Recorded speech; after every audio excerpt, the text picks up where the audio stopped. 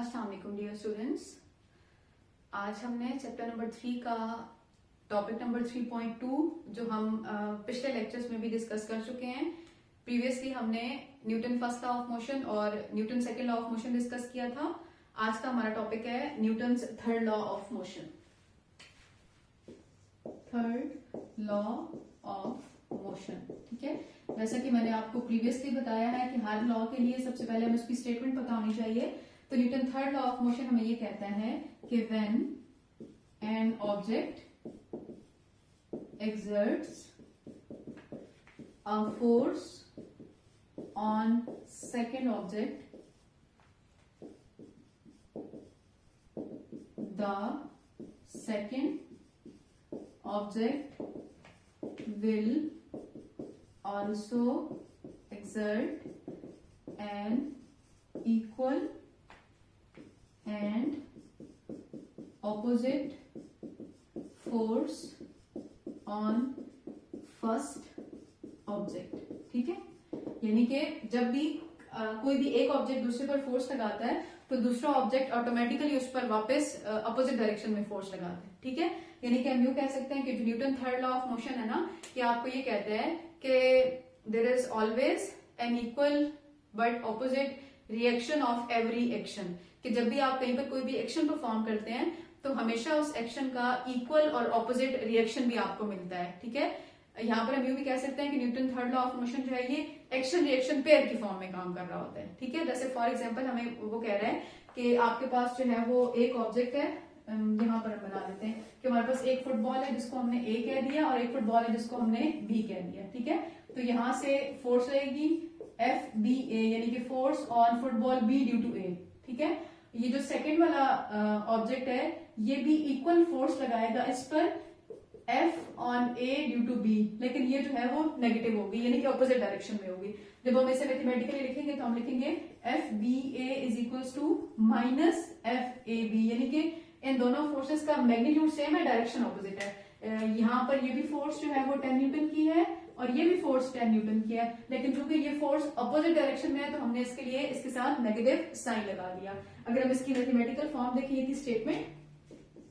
अगर स्टूडेंट्स हम इसकी मैथमेटिकल फॉर्म देखेंगे ना, मैथमेटिकल फॉर्म, तो वो हमारे पास क्या हो जाएगी, जैसे मैंने लिखा कि एफ ए बी जो है यूं, एफ बी ए जो है वो negative of F A B हो जाएगा, बिकॉज मैंने वहां पर ये नोटेशन लिखी थी तो मैंने उसी को यहाँ पर फॉलो किया कि force on football B due to A जो है वो इक्वल होगी force on football A due to B पर, और इसके साथ में जो है वो नेगेटिव साइन इसलिए लगा बिकॉज पहले वाले ए फुटबॉल पर बी की तरफ से जो फोर्स लगी है वो इसके मुकाबले में ऑपोजिट डायरेक्शन में थी, तो ऑपोजिट डायरेक्शन की वजह से हमने यहाँ पर एक नेगेटिव साइन लगा दी है, ठीक है। अच्छा, एक इंपॉर्टेंट बात जो थर्ड लॉ ऑफ मोशन में आपको पता होनी चाहिए कि ये जो एक्शन और रिएक्शन है ना, ये दो डिफरेंट ऑब्जेक्ट्स पर एक्ट करते हैं, इसलिए ये एक दूसरे के इफेक्ट को कैंसिल कर देते हैं, ठीक है। यानी कि बॉडी में किसी किस्म का कोई नेट रिजल्ट आपको देखने को नहीं मिलता, ठीक है। अच्छा, फिर वो हमें डेली लाइफ एग्जांपल्स बता रहा है इनकी। फॉर एग्जांपल वो आपको बता रहा है, तो फॉर एग्जांपल में उसने सबसे पहले आपको एक्सप्लेन किया कि book lying on the table, book lying on the table, on the table, ठीक है, कि ये टेबल है और इसके ऊपर आपने बुक रखी हुई है, ठीक है। तो अब इसमें एक्शन और रिएक्शन वाली बात क्या है कि बुक का जो वेट है वो नीचे की तरफ एक्ट कर रहा है, W is equal to M G, ठीक है। वेट की फोर्स है, फोर्स ऑफ ग्रेविटी, और टेबल की मदद से इसके ऊपर की जानिब एक फोर्स लग रही है जिसको हम नॉर्मल फोर्स या एफ रिएक्शन के नाम से पढ़ लेते होते हैं। अगर आपको प्रीवियस जो लेक्चर था, आई थिंक 3.1 टॉपिक था इसी चैप्टर का, वहां पर हमने पढ़ा था कि जी जो ऊपर की तरफ फोर्स लगती है उसको हम नॉर्मल, परपेंडिकुलर या रिएक्शन फोर्स के नाम से याद करते हैं, ठीक है। नेक्स्ट एग्जाम्पल हमने ये वाली पढ़ ली है फुटबॉल वाली, कि दो ऑब्जेक्ट्स हैं, अगर आप उनको आपस में किक करवाते हैं तो उन पर जो फोर्सेस लगती हैं वो दोनों मैग्नीट्यूड में इक्वल है लेकिन डायरेक्शन में अपोजिट है, ठीक है। और नेक्स्ट जो एग्जांपल है वो हमारे पास क्या है कि hot gases coming from missile, ठीक है। क्योंकि मिसाइल जो है वो आगे की डायरेक्शन में मूव कर रहा होता है, लेकिन उसके अंदर से जो हॉट गैसेस है वो बैकवर्ड डायरेक्शन में मूव कर रही होती है, तो वो भी एक्शन और रिएक्शन पेयर की फॉर्म में हमारे पास एक्शन एक्ट कर रही होती है मिसाइल पे लगने वाली जो फोर्सेज हैं। अगर आप अपनी बुक को देखें तो स्टूडेंट्स आपकी बुक का पेज नंबर 72 है, पेज नंबर 72 पर इक्वेशन नंबर 3.3 में इसकी मैथमेटिकल फॉर्म लिखी हुई है और इसी पेज का जो सेकंड पैराग्राफ है कि when an object exert a force on a second object, the second object exerts an equal and opposite force on the first one. तो ये इसकी स्टेटमेंट हो गई है, ठीक है।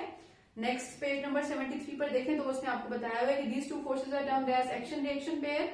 Action reaction can not cancel each other because they act on two different body. मतलब ये एक दूसरे के इफेक्ट को कैंसिल नहीं कर सकते क्योंकि ये दो डिफरेंट बॉडीज पर एक्ट कर रहे होते हैं। जैसे ये एक बॉडी है, ये दूसरी बॉडी है।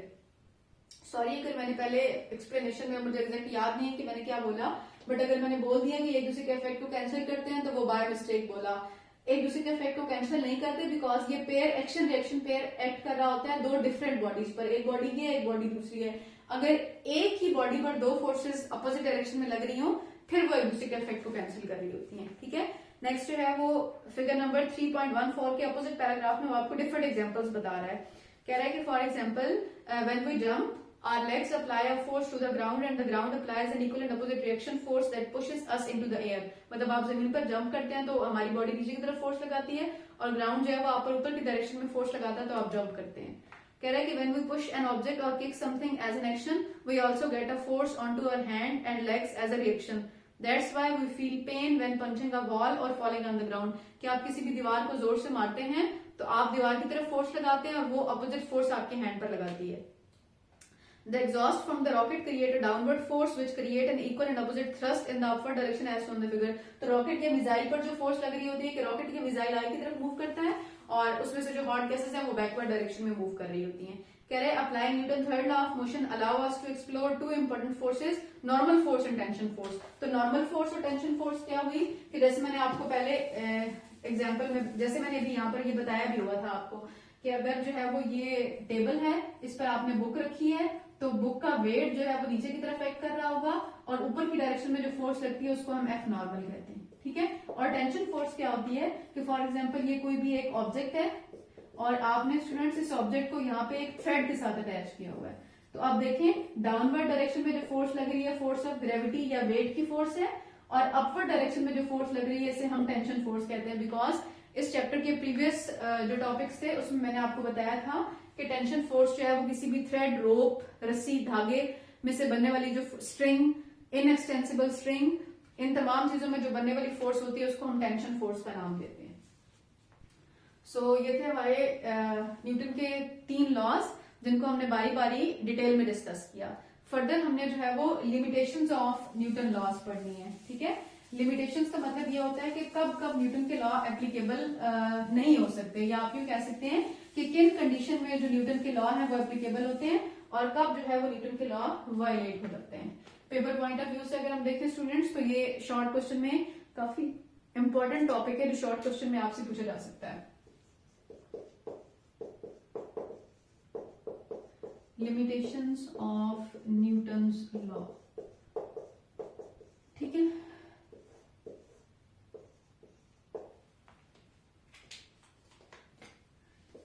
This is not applicable for small scale object, ठीक है। आप स्मॉल स्केल ऑब्जेक्ट कहें स्टूडेंट्स या आप माइक्रोस्कोपिक ऑब्जेक्ट कहें, यानी कि ऐसे ऑब्जेक्ट जिनको देखने के लिए हमें माइक्रोस्कोप का इस्तेमाल करना पड़ता है, जो नेकेड आई से नहीं नजर आते, उन ऑब्जेक्ट्स के ऊपर न्यूटन लॉ एप्लीकेबल नहीं होता, ठीक है। क्यों? बिकॉज इट या बाय यूजिंग दीज लॉ, मैं यूं लिख सकती हूं because by using these law we are unable to predict about exact position and acceleration, ठीक है। क्योंकि इस केस में हम जो है वो एग्जैक्ट एक्सेलरेशन या पोजीशन बताना हमारे लिए पॉसिबल नहीं होता माइक्रोस्कोपिक ऑब्जेक्ट के केस में। तो इस केस में हम जो है वो यूज करते हैं क्वांटम मैकेनिक्स को। Here we use quantum mechanics, यानी कि माइक्रोस्कोपिक ऑब्जेक्ट को स्टडी करने के लिए या उनकी प्रॉपर्टी को स्टडी करने के लिए स्टूडेंट्स हम क्वांटम मैकेनिक्स का सहारा ले रहे होते हैं, ठीक है। ये काफी इंपॉर्टेंट क्वेश्चन है। इंडिविजुअली भी इसकी 2 ही लिमिटेशन है, इंडिविजुअल भी आपसे पूछी जा सकती है, मतलब पहली और दूसरी अलग अलग भी, और इकट्ठा भी आपके पास लिमिटेशन ऑफ न्यूटन लॉ से पेपर में शॉर्ट क्वेश्चन आ सकता है। क्वांटम मैकेनिक्स को यूज करके हम माइक्रोस्कोपिक ऑब्जेक्ट के बारे में जितनी भी डिस्कशन होती है उनकी पोजीशन या उनकी एक्सेलरेशन के बारे में वो हम पता लगा सकते हैं, लेकिन न्यूटन लॉ ऑफ मोशन को यूज करके हम इनकी एग्जैक्ट पोजीशन या एक्सेलरेशन को नहीं बता सकते। जैसे फॉर एग्जांपल हमें पता है ना कि हमारे पास जो एटम्स होते हैं उनके सेंटर में प्रोटॉन और न्यूट्रॉन होते हैं और इलेक्ट्रॉन जो है वो रिवॉल्व कर रहे होते हैं, ठीक है। तो जितने भी सब एटॉमिक पार्टिकल्स हैं स्टूडेंट्स, ये बहुत माइक्रोस्कोपिक पार्टिकल होते हैं, छोटे होते हैं। तो इन सब एटॉमिक पार्टिकल को डिस्कस करने के लिए हम न्यूटन के जो लॉज ऑफ मोशन है वो नहीं डिस्कस करते, या उनकी प्रॉपर्टी को बताने के लिए न्यूटन लॉ ऑफ मोशन काफी नहीं है, बल्कि हम क्वांटम मैकेनिक्स यूज करके इलेक्ट्रॉन की या किसी भी सब एटॉमिक पार्टिकल की प्रॉपर्टी को, बिहेवियर को स्टडी कर सकते हैं। क्यों?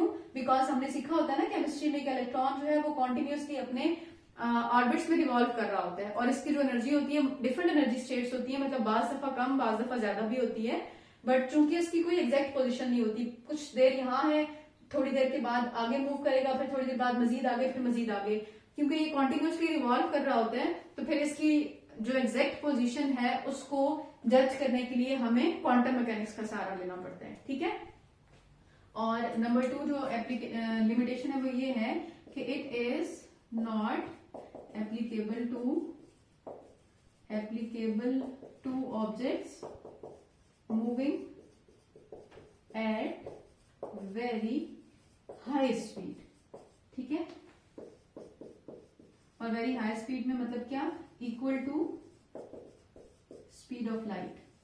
और स्पीड ऑफ लाइट क्या होती है? स्पीड ऑफ लाइट होती है स्टूडेंट्स 3 × 10⁸ मीटर पर सेकंड, यानी कि 1 सेकंड के अंदर 3 × 10⁸ मीटर का फासला जो है वो लाइट कवर कर रही होती है। तो वो आपको ये बता रहे हैं कि जो ऑब्जेक्ट बहुत ज्यादा हाई स्पीड से मूव कर रहे होते हैं, यानी कि स्पीड ऑफ लाइट से मूव कर रहे होते हैं, तो उन ऑब्जेक्ट की प्रॉपर्टीज को पढ़ने के लिए हम न्यूटन लॉ ऑफ मोशन को नहीं यूज करते, बट यहाँ पर हम जो है वो here we use relativistic mechanics, ठीक है। और रिलेटिविस्टिक मैकेनिक्स है क्या?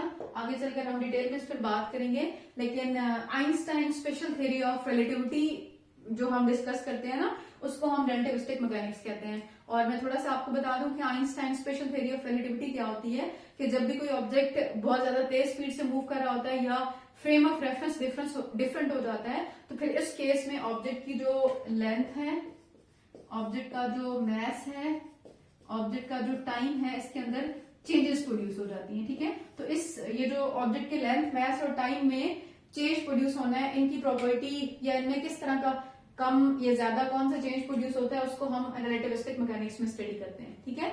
सो वो हमें बता रहे हैं कि जी ये जो न्यूटन के लॉज हैं ये ऑलमोस्ट हमें या ज्यादा हमें बहुत सारी फिजिक्स के जो फिनोमिना हैं ये आपको कवर करके बता देते हैं, एक्सप्लेन कर देते हैं, लेकिन कुछ चीजें ऐसी हैं जिन पर जो है वो ये लॉज एप्लीकेबल नहीं होते, और उनमें वो हमें बता रहे हैं कि अगर हम किसी भी स्मॉल यानी कि माइक्रोस्कोपिक ऑब्जेक्ट को देखते हैं तो फिर उसके लिए न्यूटन लॉ नहीं बल्कि जो एग्जैक्ट इन्फॉर्मेशन है वो हमें क्वांटम मैकेनिक्स देती है। और अगर आप किसी भी बहुत ज्यादा फास्ट मूविंग ऑब्जेक्ट के बारे में स्टडी कर रहे हैं तो फिर उसके बारे में जो एग्जैक्ट इन्फॉर्मेशन है वो हमें रिलेटिविस्टिक मैकेनिक्स प्रोवाइड करती है, जबकि न्यूटन लॉ जो है वो उसको प्रॉपरली एक्सप्लेन नहीं कर सकते। तो आज हमारे ये जो न्यूटन के लॉज थे ये कंप्लीट हो गए। इंशाल्लाह हम अपने नेक्स्ट लेक्चर में इस चैप्टर के जो फर्दर टॉपिक्स हैं उन पर बात करेंगे।